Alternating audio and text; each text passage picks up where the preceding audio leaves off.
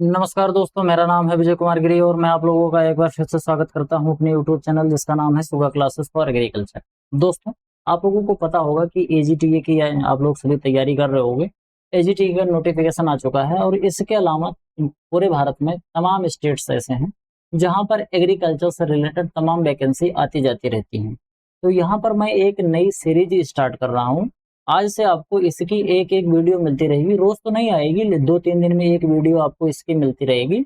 और इसकी मैं गारंटी ले रहा हूँ कि गवर्नमेंट के द्वारा चलाए जाने वाले जितने भी स्कीम है, जितने भी भारत में स्टेट हैं, मेजर मेजर जो स्टेट हैं जहाँ के बच्चे ज्यादातर हमसे जुड़े हुए हैं, हर उस स्टेट से रिलेटेड जो एग्रीकल्चर की जो तमाम स्कीम चलती है, चाहे वो स्टेट गवर्नमेंट के द्वारा चलाई जाने वाली स्कीम हो या फिर सेंट्रल गवर्नमेंट के द्वारा चलाई जाने वाली जो स्कीम्स है, उनसे रिलेटेड जितने भी इम्पोर्टेंट क्वेश्चन, इम्पोर्टेंट टॉपिक्स होते हैं, उन सब को मैं इस सीरीज के अंदर कवर करूंगा। बस आपको क्या करना है कि इस वीडियो को अगर आप देख रहे हो तो अपने दोस्तों के साथ ज्यादा से ज्यादा इसको शेयर कर देना है। इसके अलावा अगर आप चैनल को सब्सक्राइब नहीं किए हो तो इसको सब्सक्राइब जरूर कर लेना, बस आपको इतना ही काम करना है। और आज से हम यहाँ पर स्टार्ट करने वाले हैं सेंट्रल गवर्नमेंट और स्टेट गवर्नमेंट के द्वारा फार्मर वेलफेयर और एग्रीकल्चर सेक्टर में चलाई जाने वाले जितने भी स्कीम्स हैं, उसको एक एक करके पढ़ना यहाँ पर हम शुरू करेंगे। आज हम यहाँ पर सबसे पहले पढ़ने वाले हैं, वो है प्रधानमंत्री किसान जो स्कीम है, पीएम किसान स्कीम के नाम से इसको जाना जाता है। इसको हम क्या कहते हैं, प्रधानमंत्री किसान सम्मान निधि बोलते हैं। इसके बारे में आज हम यहाँ पर डिटेल में डिस्कशन करने वाले हैं। सबसे पहले गवर्नमेंट, सेंट्रल गवर्नमेंट जो है, सेंट्रल गवर्नमेंट के द्वारा जो लॉन्च की गई स्कीम्स है, जो इस समय रनिंग में है, जो करंटली इस समय जो चल रही हैं, ऐसी स्कीम नहीं जो चल रही थी फिर बंद हो गई है, उस स्कीम के बारे में तो आपको वो बुक्स में मिल जाएगा और वो बहुत ज़्यादा जरूरी भी नहीं होता है। यहाँ पर हम केवल उन्हीं स्कीम्स के बारे में बात करेंगे जो इस समय चल रही है और लेटेस्ट इस समय पर क्या डेवलपमेंट आपको देखने को मिल रहा है उस स्कीम के अंतर्गत। इन सभी चीजों को एक एक करके हम यहाँ डिस्कशन करेंगे। सबसे पहले हम सेंट्रल गवर्नमेंट की जितनी स्कीम्स हैं उसको डिस्कशन कर लेंगे, एक एक वीडियो लाके आपको जो 20-25 स्कीम जो इंपॉर्टेंट है सबको यहाँ पर कवर कर दिया जाएगा। बिल्कुल क्रिस्टल और क्लियर तरीके से होगा, लंबी लंबी वीडियो नहीं होगी, 10-15 मिनट की छोटी छोटी वीडियो होगी। और हर स्कीम के बारे में मैं आपको यहाँ पर 5 से 10 क्वेश्चन पूछूंगा भी, जिससे आपका एक क्विक रिवीजन भी हो जाए। तो इस तरीके से पहले सेंट्रल गवर्नमेंट के स्कीम को कवर किया जाएगा। उसके बाद जो भी बच्चे बोलेंगे, ज्यादातर बच्चे जिस स्टेट के लिए बोलेंगे, जैसे अगर उत्तर प्रदेश वाले बच्चे ज्यादा बोलेंगे तो सबसे पहले उत्तर प्रदेश का कवर करवा दूंगा, उसके बाद फिर राजस्थान वाले को कवर करवा दूंगा, मध्य प्रदेश, फिर उड़ीसा, छत्तीसगढ़, बिहार, तमाम जो राज्य हैं जहां पर स्टेट गवर्नमेंट जो है वो फार्मर वेलफेयर और एग्रीकल्चर के ग्रोथ के लिए तमाम स्कीम अपने स्तर से लॉन्च करती है, उसको भी एक एक करके यहाँ पर हम डिटेल में एनालाइज करते हुए चलेंगे। मैं आप लोगों को पढ़ाना शुरू करूँ उससे पहले बता देता हूँ कि मैंने आप लोगों के लिए बहुत ही अच्छा कोर्स लॉन्च कर रखा है। कोर्स का नाम है अल्टीमेट एग्रीकल्चर कोर्स। इस कोर्स के अंदर आपको यहाँ पर दिए गए जो सभी सब्जेक्ट हैं, ये सभी सब्जेक्ट वही सब्जेक्ट हैं जो आप बीएससी एग्रीकल्चर करते समय पढ़ते हो। और इस कोर्स के अंदर आपको ये सभी सब्जेक्ट बिल्कुल बेसिक से लेके एडवांस लेवल तक बायलिंगुअल भाषा में, हिंदी और अंग्रेजी भाषा में यहाँ पर आपको पढ़ाए जाएंगे। अगर आप इसको परचेज करके पढ़ना शुरू करते हो तो यहाँ पर आप लोगों को जो कुछ भी पढ़ाया जाएगा उसका आपको पीडीएफ नोट्स भी दिया जाएगा। ये जो पीडीएफ नोट्स होगा आपको हिंदी और अंग्रेजी दोनों भाषाओं में मिलेगा। प्रॉपर तरीके से इंपॉर्टेंट पॉइंट्स होंगे, हाईलाइटेड होंगे, डायग्राम होगा, टेक्स्ट होंगे, फैक्ट्स होंगे, चीजों को इमेज के द्वारा समझाया गया होगा जिससे आप प्रॉपर तरीके से इसको मेमोराइज कर पाओ। अगर आप इसको इस समय खरीदते हो तो इसकी वैलिडिटी आपको लाइफ टाइम के लिए मिल रही है फिलहाल के लिए, इसकी वैलिडिटी बाद में चेंज हो जाएगी। अगर आप इसको खरीदना चाहते हैं तो इस क्यूआर कोड को स्कैन करके मात्र 1000 रुपये का पेमेंट करके आप इसको खरीद सकते हैं।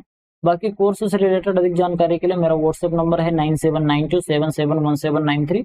मेरे इस व्हाट्सएप नंबर से आप संपर्क करके कोर्स से रिलेटेड जो भी आपको जानकारी प्राप्त करनी है वो सभी जानकारी आप इस व्हाट्सएप नंबर से प्राप्त कर सकते हो कि कैसे परचेज करना है, पेमेंट के बाद कोर्स मिलेगा कैसे, ये सभी जानकारी आपको इस व्हाट्सएप पे दे दी जाएगी। चलिए शुरू करते हैं, देखते हैं। सबसे पहले हम समझ लेते हैं कि जो प्रधानमंत्री किसान सम्मान निधि जो स्कीम होती है, इस स्कीम के बारे में थोड़ा सा इसका परिचय समझ लेते हैं। सबसे पहले आपको यह समझना है कि नाम से ही पता चल रहा है कि पीएम किसान है यानी कि प्रधानमंत्री है, तो आपको याद रखना है कि ये सेंट्रल गवर्नमेंट की स्कीम है और इसकी जो 100% जो फंडिंग होती है वो किसके द्वारा करी जाती है।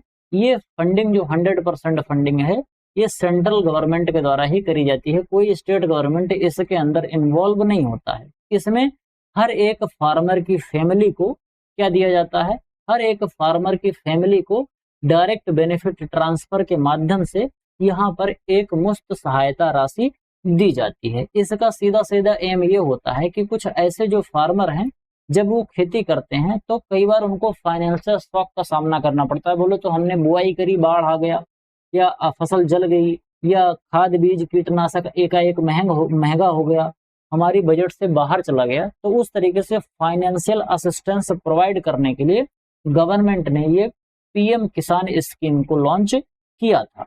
इसकी लॉन्चिंग अगर हम डेट की बात करें तो इसको लॉन्च किया गया था 24 फरवरी 2019 को इसको लॉन्च किया गया था।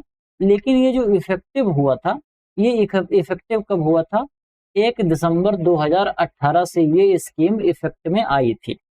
इसको लॉन्च किया गया था भले 24 फरवरी 2019 को, लेकिन जो पीएम सम्मान निधि के जो पैसे आने स्टार्ट हुए थे ये 1 दिसंबर 2018 से हर 4 महीने के अंतराल पर 2-2 हजार करके आते हैं, 4-4 महीने करके 3 बार 2-2 हजार रुपए आते हैं।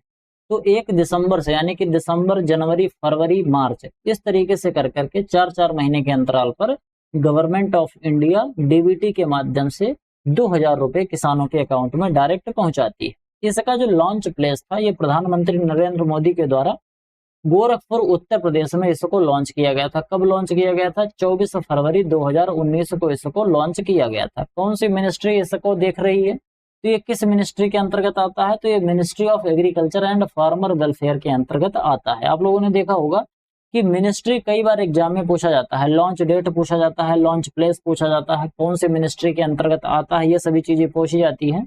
और इसकी जो फंडिंग होती है ये 100% सेंट्रल गवर्नमेंट ही इसको फंड करती है। इसमें किसी भी तरीके का स्टेट गवर्नमेंट का कोई भी इन्वॉल्वमेंट नहीं होता है। ऑब्जेक्टिव की बात करें तो इसका ऑब्जेक्टिव जैसे मैंने बताया था कि जो किसान होते हैं उनको फाइनेंशियल जो सप्लीमेंटल जो एक फाइनेंशियल क्या कहते हैं उसको मदद देना होता है। इसका सीधा सीधा काम होता है जिससे किसान अपने जो डोमेस्टिक नीड्स होती हैं, इसके अलावा जो एग्रीकल्चर करने के लिए जो उसको इनिशियल कॉस्ट में जो कुछ इनपुट देना पड़ता है खेती करने के लिए, उसको वो प्रॉपर तरीके से कर पाए। मतलब किसानों को पैसा दिया जाता है कि भैया खेती करना है तो प्रॉपर तरीके से इस पैसे से आप अपनी खेती कर सको, प्रॉपर तरीके से क्रॉप की हेल्थ को कायदे से मैनेज कर पाओ, जो भी फसल की जरूरत है उसको आप पूरा कर पाओ 2000 में, और अपनी फसलों को प्रॉपर तरीके से प्रोड्यूस करो और मार्केट में आप उसको बेचो और अपना एडिशनल इनकम कमाओ। इस तरीके का ये काम किया जाता है इसमें, समझ गए। इसके अलावा इसका एक ऑब्जेक्टिव और होता है कि किसानों को जब डायरेक्ट पैसे मिल जाते हैं तो वो मनी लेंडर से पैसे नहीं लेता। मनी लेंडर जो होता है वो बहुत लेता है ब्याज। मनी लेंडर का जो ब्याज होता है 120% होता है, वो 10% ब्याज लेता है और महीने का 10% लेता है, और कई बार तो चक्रवृद्धि ब्याज लगाता है। तो ये जो 120% है वो 150% से ऊपर चला जाएगा, मतलब 10,000 रुपए का वो 15,000 तो केवल ब्याज ले लेगा। तो इस तरीके से गवर्नमेंट किसान उसके ट्रैप में ना फंसे, मनी लेंडर के ट्रैप में। इसीलिए गवर्नमेंट ने इस पीएम किसान जो है इसको लॉन्च किया है। किसान को सम्मान के रूप में 2,000 रुपए 4 महीने के अंतराल पर दिए जाते हैं, पूरे साल भर में 3 बार दिया जाता है। इसकी फंडिंग के बारे में मैंने आपको जैसे बताया है कि इसकी जो फंडिंग होती है वो 100% सेंट्रल गवर्नमेंट के द्वारा दिया जाता है। और भारत में जितने भी स्टेट और यूनियन टेरिटरीज हैं सब में जो आइडेंटिफाई करना होता है, देखो ध्यान से समझना, भारत के जितने भी स्टेट और यूनियन टेरिटरीज हैं जहां पर किसान होते हैं उन सभी किसानों को ये दिया जाता है पीएम किसान सम्मान निधि। अब ये जो पीएम किसान सम्मान निधि दिया जाता है ये सेंट्रल गवर्नमेंट को पता कैसे चलेगा कि ये जो किसान है ये एलिजिबल है या नहीं है। तो इसकी एलिजिबिलिटी जो क्राइटेरिया है उसको चेक करने के लिए हर स्टेट की स्टेट गवर्नमेंट और यूनियन टेरिटरी की जो यूनियन गवर्नमेंट होती है ये क्या करती है, किसानों को आइडेंटिफाई करती है कि कौन कौन से एलिजिबल फैमिलीज हैं वो क्या है एलिजिबल है इस किसान सम्मान निधि के लिए। इसको चीज को आप ध्यान में रखना कि यहाँ पर जो एक किसान सम्मान निधि मिलती है ये किसान को नहीं मिलती है, ये किसान की फैमिली को मिलती है। यानी कि अगर आपके पिता को मिल रही है तो आपको नहीं मिलेगी अगर आप विवाहित नहीं है। तो अगर आप विवाहित हैं, आपके नाम पे जमीन है, आपके नाम पर भी खसरा खतौनी में नाम है, आपके पिताजी के नाम पर भी है तो मिलेगा। लेकिन अगर जैसे आपके माता के नाम से भी जमीन है और पिता के नाम से भी एग्रीकल्चर जमीन है, तो आपके माता और पिता दोनों को नहीं मिलेगा, केवल एक को मिलेगा। माता को या तो मिल जाएगा या तो पिता को मिल जाएगा, किसी एक को मिलेगा। क्योंकि ये जो किसान सम्मान निधि है ये फैमिली को दी जाती है, किसान की फैमिली को। और फैमिली के अंतर्गत कौन कौन आता है? फैमिली के अंदर पति पत्नी और बच्चे आते हैं, बस केवल इतना, पति पत्नी और अविवाहित बच्चे, केवल यही इतने आते हैं एक फैमिली के अंतर्गत, बाकी और कोई नहीं आता है। हाँ, अगर विवाहित बच्चा है, जैसे आपके दादाजी हैं, आपके पिताजी हैं, अगर दोनों अलग अलग हैं, दोनों विवाहित हैं, दोनों के नाम पर जमीन है, तो दोनों को मिलेगा, अदरवाइज नहीं मिलेगा। समझ पा रहे हो? तो ये इसका प्रॉपर आइडेंटिफिकेशन होता है, और आइडेंटिफिकेशन जो करती है, ये जो स्टेट गवर्नमेंट होती है, वो इसको प्रॉपर तरीके से आइडेंटिफाई करती है। इसमें जो पैसे आते हैं वो डायरेक्ट बेनिफिट ट्रांसफर के माध्यम से अकाउंट में डायरेक्ट आते हैं। कुछ किसानों का ये कहना होता है कि साहब हमारा 2000 रुपये जो किसान सम्मान निधि आ रही है वो आना बंद हो गई है। तो वो आना इस वजह से बंद हो जाती है क्योंकि गवर्नमेंट ने मैंडेटरी कर रखा है, जब तक किसान अपना ई-केवाईसी नहीं कराता, बैंक में जाके ई-वाईसी कराना पड़ता है, डीबीटी कराना पड़ता है, जब तक किसान अपना ई-केवाईसी नहीं कराएगा तब तक किसान को इसका बेनिफिट नहीं मिलेगा, तब तक इसके पैसे नहीं आते। कई बार पैसे रोक दिए जाते हैं या पैसे होल्ड कर दिए जाते हैं या फिर पैसे गवर्नमेंट देती ही नहीं है। तो इस वजह से ई-केवाईसी कराना सबसे ज्यादा जरूरी है। बिना ई-केवाईसी के इसके पैसे नहीं मिलते हैं। इस चीज को भी आपको ध्यान से समझ लेना है। बहुत बार एग्जाम में पूछा जाता है कि ई-केवाईसी वॉलंटियरली है या फिर मैंडेटरी है, तो आप याद रख लेना कि पीएम किसान सम्मान निधि में जो पैसे आते हैं उसके लिए डीबीटी और ई-केवाईसी दोनों बहुत ज्यादा जरूरी है, 100% एसेंशियल है। Without e KYC you can not receive Kisan Samman Nidhi in your account. Target group कितने हैं? जो भी लैंड होल्डिंग फार्मर की फैमिलीज हैं वो सभी के सभी इसके अंदर आती हैं, कुछ को छोड़कर। कौन कौन से को छोड़कर अभी आगे बताऊंगा कि कौन कौन सी लोग यहाँ पर इंक्लूड नहीं किए जाते, बाकी हर फैमिली इंक्लूड करी जाती है। फैमिली के डेफिनेशन में अगर हम बात करें तो पति पत्नी और इसके अलावा जो माइनर चिल्ड्रंस हैं केवल यही आते हैं। अगर बच्चा बड़ा हो गया, उसकी शादी हो गई है, तो इसके अंदर नहीं आएगा, तो पिता को भी मिलेगा, उसके बच्चों को भी मिलेगा। अदरवाइज किसान की फैमिली को ये दिया जाता है। कई बार एग्जामिनर क्वेश्चन से खेलता है तो वो फैमिली की जगह पर फार्मर लिख देता है कि किसान को मिलता है, किसान की फैमिली को मिलता है, तो वो गड़बड़ हो जाएगा, किसान की फैमिली को मिलता है। समझ गए? यानी कि एक फैमिली में किसी एक ही आदमी को मिलेगा।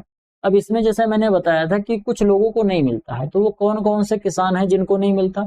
एक तो जिनके पास जमीन नहीं है उनको नहीं मिलेगा। इसके अलावा जिसके पास इंस्टीट्यूशनल लैंड होल्डर्स हैं उनको नहीं मिलेगा, यानी कि जो संस्थागत भूमि धारक हैं उनको नहीं मिलता है। जो इनकम टैक्स देते हैं उनको नहीं मिलेगा। इसके अलावा जो हाई गवर्नमेंट ऑफिशियल्स होते हैं उनको नहीं मिलता है। जो फोर्थ ग्रेड के एम्प्लॉय होते हैं उनको इसका लाभ प्रॉपर तरीके से मिलता है। इसके बेनिफिट मिलते क्या क्या है? इसमें हर एक फैमिली को 6000 रुपए पर ईयर के हिसाब से मिलता है। इसमें किसी भी किसान का कोई बाउंडेशन नहीं है कि जमीन कितनी होनी चाहिए, उसके पास थोड़ी जमीन हो, ज्यादा जमीन हो, कोई दिक्कत वाली बात नहीं है। बस वो इंस्टीट्यूशनल लैंड नहीं होनी चाहिए, संस्थागत भूमि नहीं होनी चाहिए, किसी संस्था की भूमि का वो ऑनर नहीं होना चाहिए। उसकी खुद की जमीन और एग्रीकल्चरल जमीन होनी चाहिए, एग्रीकल्चरल लैंड होनी चाहिए। जमीन उसके पास चाहे बहुत थोड़ी सी हो, चाहे एक बिस्वा जमीन हो, चाहे फिर वो 10 हेक्टेयर जमीन हो, इससे कोई फर्क नहीं पड़ता है। इसके इंस्टॉलमेंट 3 इंस्टॉलमेंट इसको इक्वली मिलती है।